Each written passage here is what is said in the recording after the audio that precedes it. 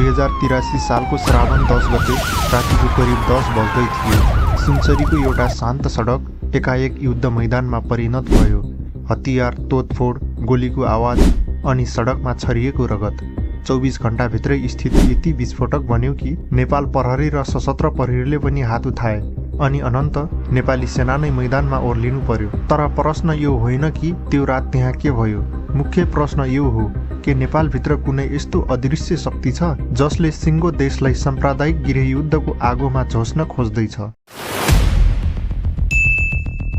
एउटा सानो विवाद, एउटा सामान्य भनाभन, तर केही घण्टामै यसले यस्तो भयानक साम्प्रदायिक रूप लियो कि 10 जना सर्वसाधारण सोझै गोलीको शिकार बने, 13 जना सुरक्षाकर्मी गम्भीर घाइते भए अनि एकाएक मानिसको ज्यान गयो। यदि तपाईलाई लाग्छ यो घटना सुनसरीको एउटा सानो गाउँको एक्लो दुर्घटना मात्रै हो भने तपाईँ पूर्ण रूपमा भ्रममा हुनुहुन्छ। किनकि पछिल्लो 24 महिनाको तथ्याङ्क हेर्ने हो भने वीरगञ्जमा कर्फ्यू, विराटनगरमा झडप, रौतहटमा हिंसा, नेपालगञ्जमा सेना परिचालन अनि धरानमा निषेधाज्ञा। हाम्रो देशको नक्सामा यी राता थोप्लाहरू केवल घटना मात्र होइनन्, यी त एउटा यस्तो ठुलो दालावनका छिल्काहरू हुन् जसले भोलि तपाईँ र मेरो घरसम्म जलाउन सक्छ। तर सोच्नुहोस् त, वर्षौंदेखि सँगै बसेका छिमेकीहरू एकाएक एक अर्काको रगतको प्यासी कसरी बने? के कुनै बाह्य शक्तिले यो सबै गरिरहेको छ वा यसको पछाडि कुनै यस्तो खेल छ जुन हामी सोच्न पनि सक्दैनौँ? सत्य के हो भने आजकल हिंसा फैलाउन न त कुनै राजनीतिक भाषण चाहिन्छ, न त ठुलो षड्यन्त्र, एउटा सामान्य सोसल मिडिया कमेन्ट, एउटा गलत भिडियो वा भ्रामक पोस्ट, बस त्यति काफी छ पुरै शहरमा आगो लगाउनु। नेपालगञ्जमा 7 दिनसम्म सेना र कर्फ्यू लगाउनु पर्ने स्थिति एउटा फेसबुक कमेन्टबाट सुरु भएको थियो। हरिणगरामा 80 राउन्ड गोली र 39 सेल अश्रु ग्यास प्रहार हुनुको पछाडि एउटा भिडियोको निहुँ थियो। वीरगञ्जमा 145 राउन्ड अश्रु ग्यास चल्नुको पछाडि जुलुस र झण्डाको विवाद थियो। एउटा पक्ष भन्छ उनीहरूले पहिले हमला गरे, अर्को पक्ष भन्छ हाम्रो धर्म र आस्थामाथि प्रहार भयो। दोषी को हो? तपाईँ सोच्दै हुनुहुन्छ होला कि दोषी को हो भनेर पत्ता लगाउनु नै सबैभन्दा ठुलो कुरा हो। तर असली सत्य त अझै भयानक छ। इतिहासको पाना पल्टाएर हेरौँ। 2064 सालको भदौ 30 गते कपिलवस्तुको चन्द्रौटामा अब्दुल मोहित खान नाम गरेका एक प्रभावशाली नेताको अज्ञात समूहले गोली हानी हत्या गरिदिन्छ।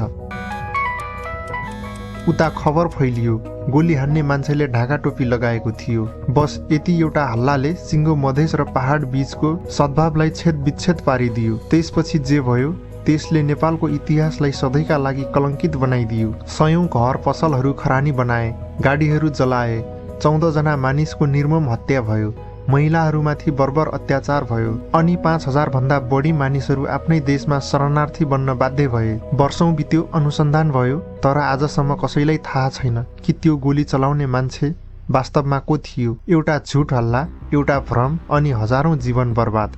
हामीलाई एक अर्कासँग लडाउन बनाइएको त्यो षड्यन्त्रमा हामी आँखै चिम्लेर फस्यौं। अझ अर्को घटना सम्झिनुहोस्। 2061 सालको भदौ 16 गते इराकमा 12 जना निर्दोष नेपाली दाजुभाइको आतंकवादीहरूले बर्बर हत्या गरे। त्यो दृश्य देखेर सिङ्गो नेपाल रोयो, आक्रोशित भयो। तर त्यो आक्रोश कहाँ पोखियो? काठमाडौँका सडकमा मानिसहरू उत्रिए, मस्जिदहरूमाथि तोडफोड भयो, मुस्लिम समुदायका निर्दोष मानिसहरूमाथि आक्रमण गरियो। तर एकछिन शान्त भएर सोच्नुहोस्, के इराकका ती आतंकवादीहरूसँग काठमाडौँ वा सुनसरीमा बस्ने नेपाली मुस्लिमहरूको कुनै सम्बन्ध थियो? बिल्कुलै थिएन। उनीहरू पनि त्यति नै दुःखी थिए जति अरू नेपाली थिए। यो त यस्तै मूर्खता भयो। अस्ट्रेलियामा कार दुर्घटनामा कुनै नेपालीको मृत्यु भयो भनेर हामीले नेपालका सबै गाडीहरू जलाउनु अनि यहाँका ड्राइभरहरूलाई कुट्नु।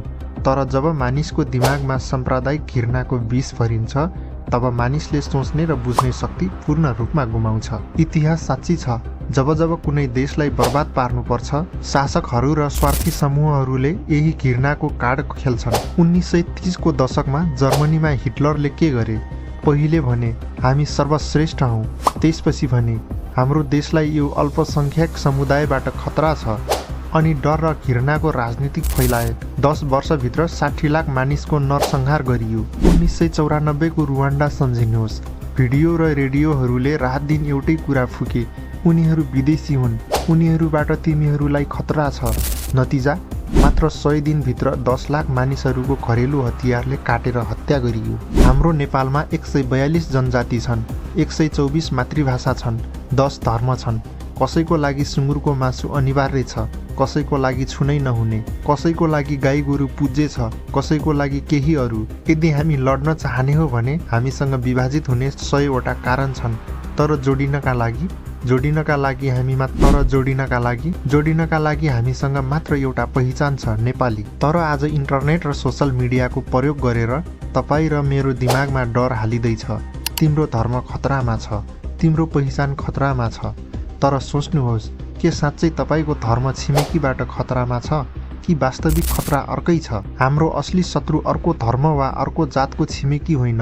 हाम्रो असली साझा शत्रु हो गरिबी, बेरोजगारी, भ्रष्टाचार अनि हामीलाई आपसमा लडाएर सत्ताको रोटी सेक्ने विभाजनको राजनीति। जब सुनसरी र वीरगञ्जको सडकमा दुई समुदायका युवाहरू एक अर्काको रगत बहाउन ढुङ्गा हानाहान गर्दै थिए, त्यति बेलै हङकङको मैदानमा नेपालको क्रिकेट टोली जितका लागि लड्दै थियो। पिचमा सम्हालिएर खेल्दै थिए बहिस अहमद र नन्दन यादव, एउटा मुस्लिम अर्को हिन्दू। त्यहाँ न त बसिरले नन्दनको धर्म हेरे न त नन्दनले बसिरको। उनीहरू दुवैको छातीमा एउटै झन्डा थियो, एउटै नाम थियो, नेपाल। रुवान्डाले 10 लाख मानिसको ज्यान गुमाएपछि मात्र बुझ्यो कि साम्प्रदायिक हिंसाले कसैको भलो गर्दैन। आज रुवान्डा सम्हालिएको छ, विकासको बाटोमा छ। तर प्रश्न यो हो, के हामीले पनि यो सत्य बुझ्नका लागि हजारौं लासहरू र खरानी बनेका बस्तीहरू नै देख्नुपर्ने हो? राजनीतिक दलहरू आउँछन्, जान्छन्। स्वार्थी समूहहरूले तपाईँको आक्रोशलाई प्रयोग गर्छन् र आफ्नो फाइदा लिन्छन्। तर अन्त्यमा जल्ने घर तपाईँको हो, ज्यान जाने मान्छे तपाईँको आफ्नै छिमेकी हो। अब फैसला तपाईँको हातमा छ। के हामीले कसैको राजनीतिक गोटी बनेर आपसमै लडेर सकिने, वा घृणाको यो चक्रलाई तोडेर एउटा समृद्ध र शान्त नेपाल निर्माण गर्ने? तपाईँको विचार के छ? के नेपाल साम्प्रदायिक हिंसाको नयाँ चक्रमा फस्दैछ? आफ्नो धारणा कमेन्ट बक्समा पक्कै लेख्नुहोला।